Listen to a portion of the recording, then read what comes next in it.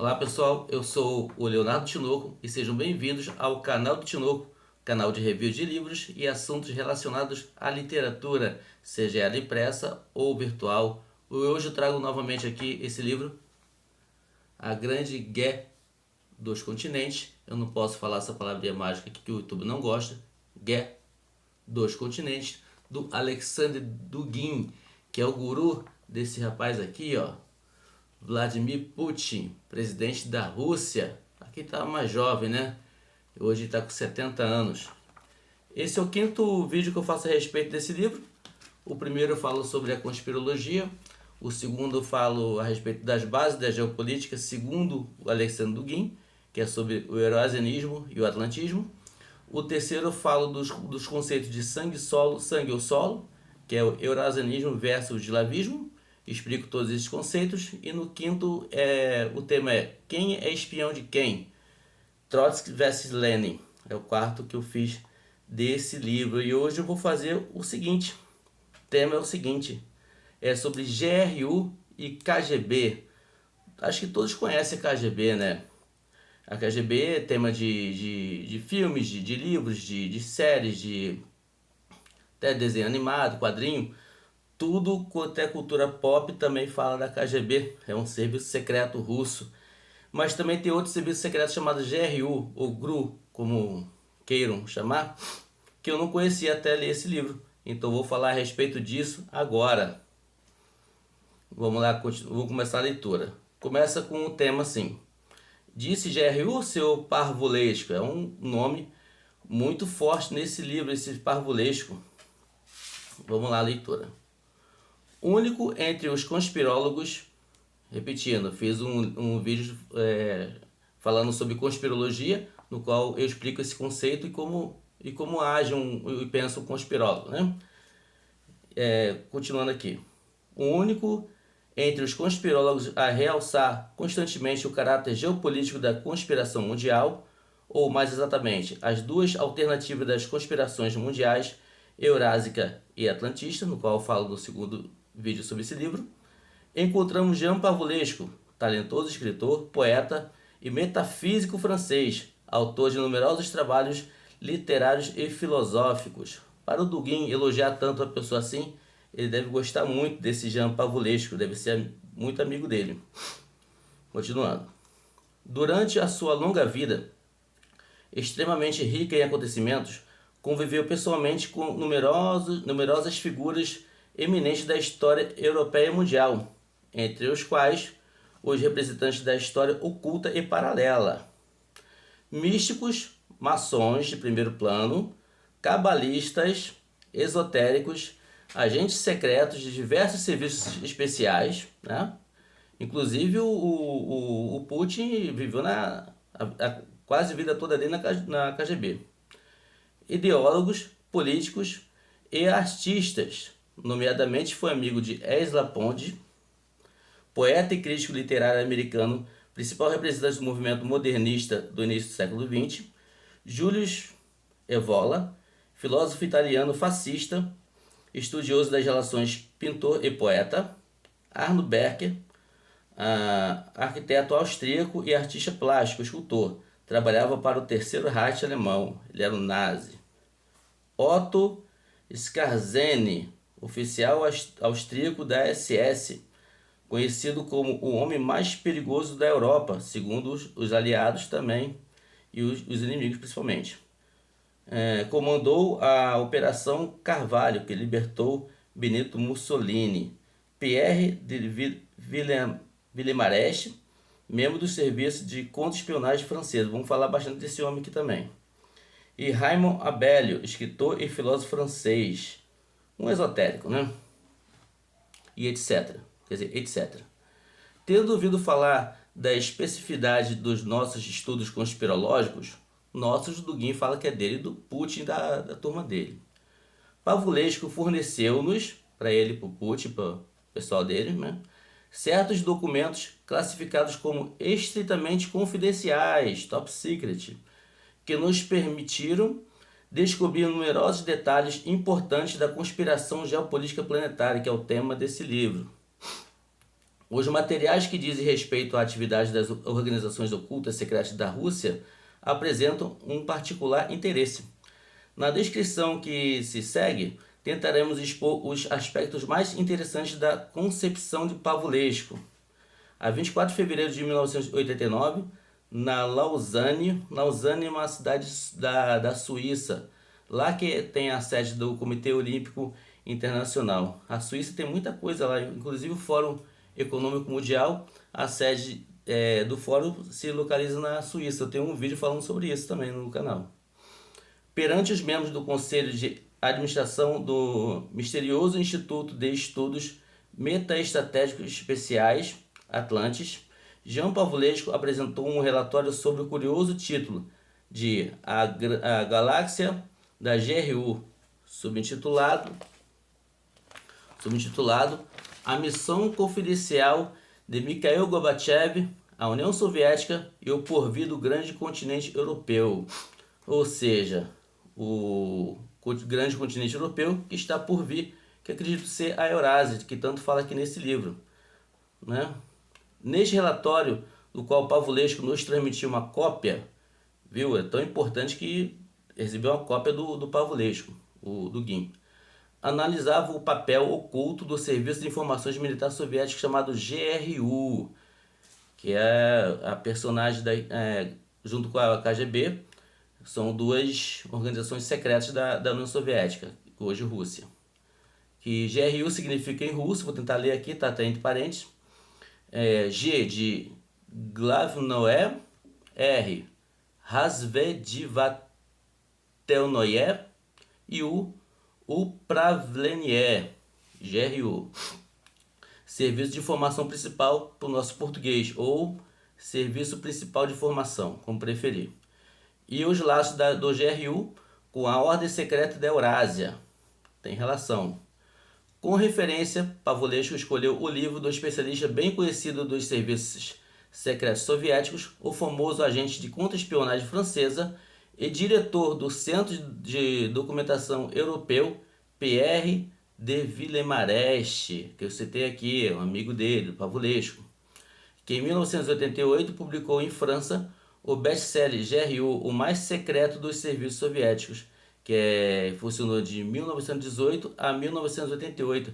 É interessante que o GRU, coloque no masculino, né? Começou em 1918 e a União Soviética começou em 1922, foi fundada em 1922 e o GRU já existia. Agora o tema muito interessante aqui, que é o seguinte, que ele coloca GRU contra KGB.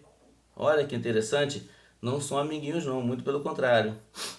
O modelo conspirológico do próprio Villemarest, ou seja, Villemarest, outro conspirólogo, só o que tem aqui, pode resumir-se como se segue. O KGB é uma continuação do Partido Comunista, né? O GRU é uma extensão do Exército, o Estado. Desde logo, por definição, o Exército defende o Estado. O KGB defende o Partido Comunista. O KGB é guiado pelo princípio: o patriotismo está a serviço do comunismo, enquanto que o Exército é guiado pelo princípio oposto: o comunismo está a serviço do patriotismo. Um quer mandar no outro.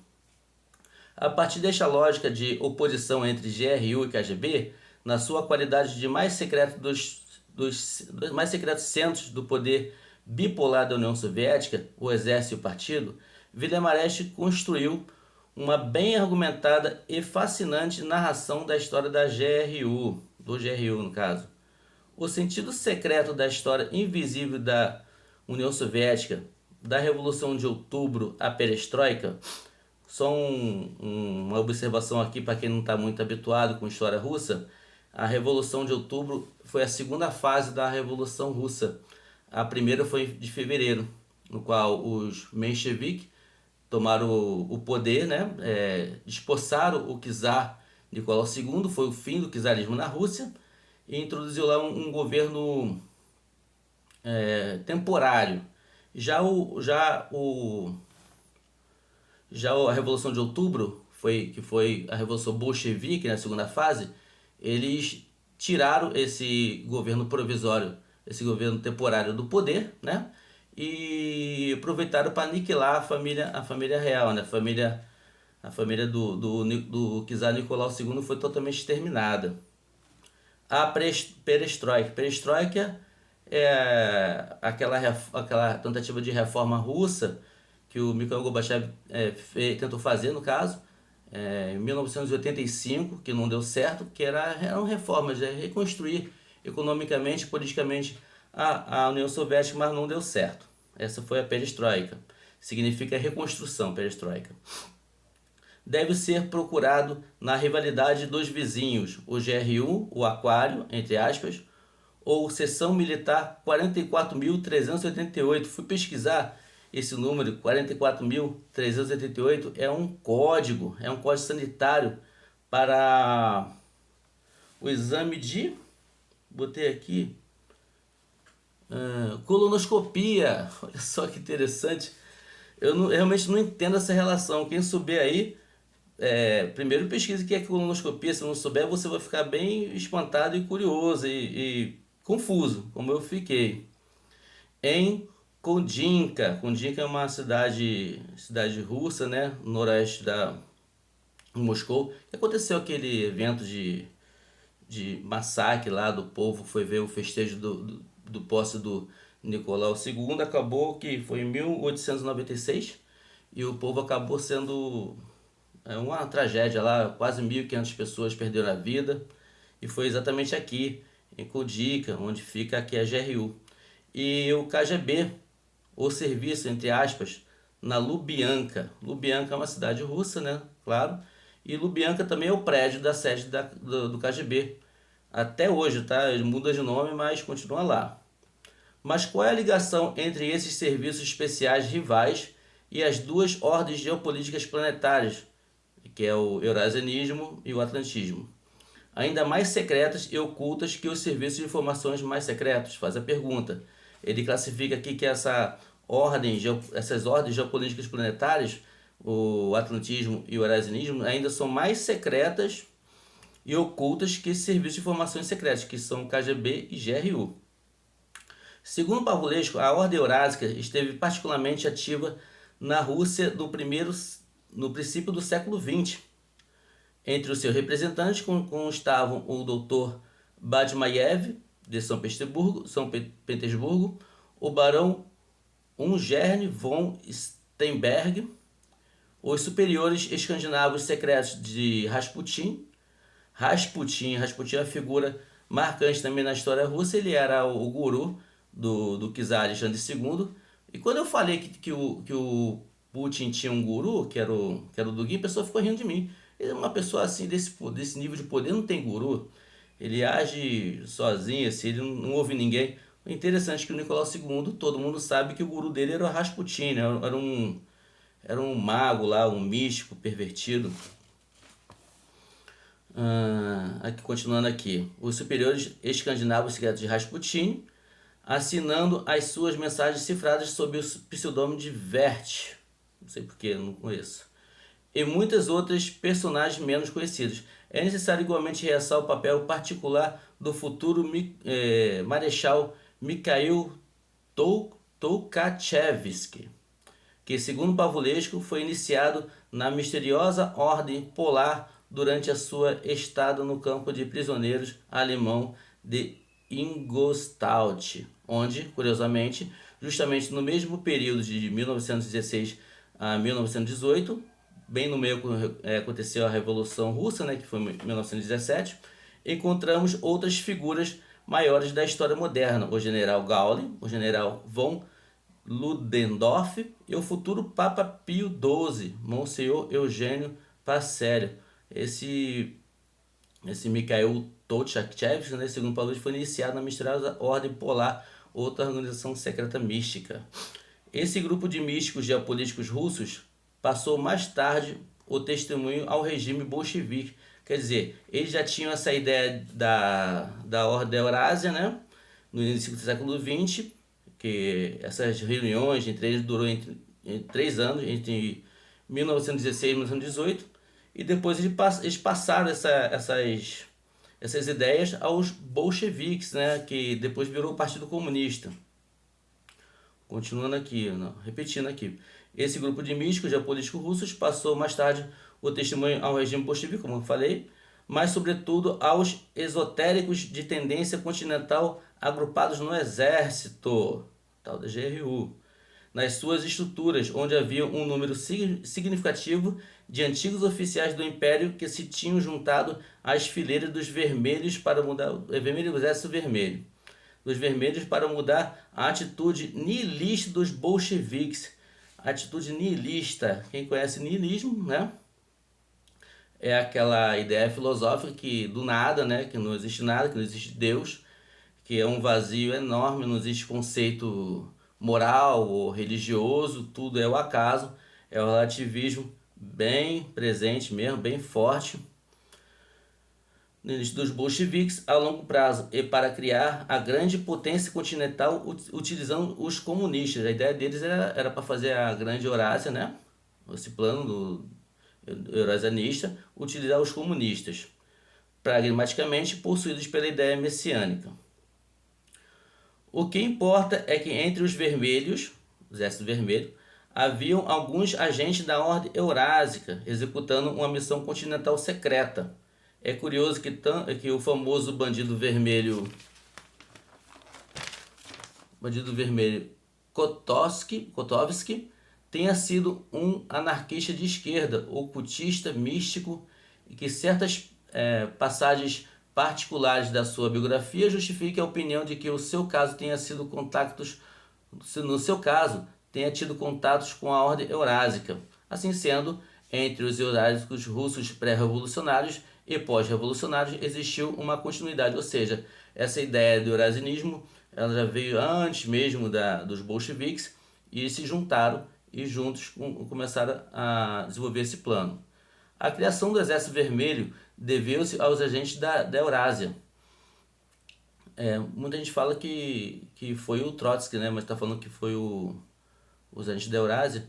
E a este respeito é curioso recordarmos de um acontecimento histórico e saber que 27 dias após a criação do quartel-general do Exército Vermelho na Frente Leste, 10 de julho de 1918, uma equipe de tchequistas, ou seja, KGB, porque o nome da KGB antigamente era tcheca, né? Mudou de nome várias vezes, o tem atacado e liquidado todos os seus membros, incluindo o comandante em chefe. A feroz guerra, falei essa palavra, agora já era, entre os eurásicos vermelhos do exército e os atlantistas vermelhos da Tcheca de Djenski não parou um só minuto desde os primeiros dias da história soviética, ou seja, GRU sempre com conflito com a KGB ou Tcheca. Vou parando por aqui, no próximo vídeo eu vou falar sobre eurásicos brancos e eurásicos vermelhos, também vou falar bastante sobre a GRU e a KGB. E vou terminar aqui com um versículo bíblico, tem tudo a ver com essa história de ordem eurásica, de misticismo, de maçonaria, de tudo mais, que está em livro de Efésios, capítulo 6, versículo 12. Aqui eu vou pegar aqui a Bíblia, aqui ó, muito bonita por sinal. Vamos lá, a leitura. Efésios capítulo 6, versículo 12. Deixa eu achar aqui, eu tinha marcado aqui. Vamos à leitura da Bíblia agora. Porque a nossa luta não é contra o sangue e a carne, mas contra os principados e as potestades, contra os dominadores deste mundo tenebroso, contra as forças espirituais do mal nas regiões celestiais. Bom, esse é o vídeo de hoje. Espero que tenham gostado. Se gostaram, dê um like. Se não, pode dar um dislike, não tem problema nenhum. E se acha que alguém vai gostar desse assunto, compartilhe com seus amigos no WhatsApp ou no Facebook, tá? E fique com Deus e até o próximo vídeo.